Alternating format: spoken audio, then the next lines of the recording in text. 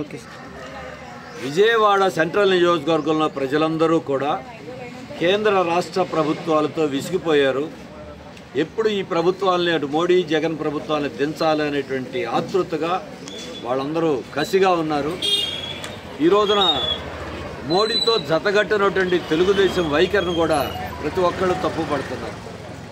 రాష్ట్రానికి అన్యాయం మోడీ చేస్తే ఆ మోడీని మూడోసారి తేవాలని చంద్రబాబు నాయుడు గారు పవన్ కళ్యాణ్ గారు ఎలా చెప్తారని వాళ్ళు ప్రశ్నిస్తున్నారు.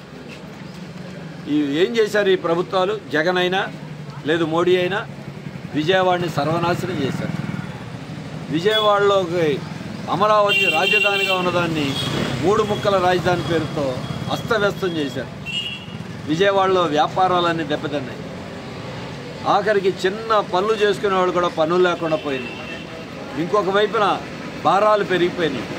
ఇదే కాదు, విజయవాడలో 10 మందికి ఉద్యోగం ఇచ్చే ఒక్క సంస్థ రాలా, ఒక్క పరిశ్రమ రాలా ఈ రోజున. అదే కాదు, విజయవాడలో ఏ తరగతి ప్రజలు సంతృప్తిగా లేరు. వ్యాపారాలు కూడా డీమార్ట్, రిలయన్స్, ఇతర కంపెనీలు రావడంతో వాళ్ళు దెబ్బతిన్నారు. విజయవాడలో రైల్వే స్టేషన్ అమ్మకానికి పెడుతున్నారు, రైల్వేని నాశనం చేస్తున్నారు. ఆటోనగర్ దాదాపు మూతపడే పరిస్థితిలాగా ఎక్కువ సంస్థలు ముందుకు వచ్చేసినాయి. చిన్న మధ్యతరగతి పరిశ్రమలు ఏ తరగతి బాగున్నారు? అటు అసంఘటిత కార్మికులకి పనులు లేవు, అటు స్కీమ్ వర్కర్లకి, మున్సిపల్ వర్కర్లకి పర్మనెంట్ చేస్తానని నమ్మించి ప్రభుత్వాలు మోసం చేసింది. అందుకే విసిగిపోయినటువంటి జనం వాళ్ళు మన తరపున మాట్లాడే వాళ్ళు కావాలి, గొంతు విప్పేవాళ్ళు కావాలని ఎదురు చూస్తున్నారు. అందుకే పార్టీలకు అతీతంగా అన్ని తరగతుల ప్రజలు సిపిఎంని, కమ్యూనిస్టుల్ని బలపరుస్తున్నారు.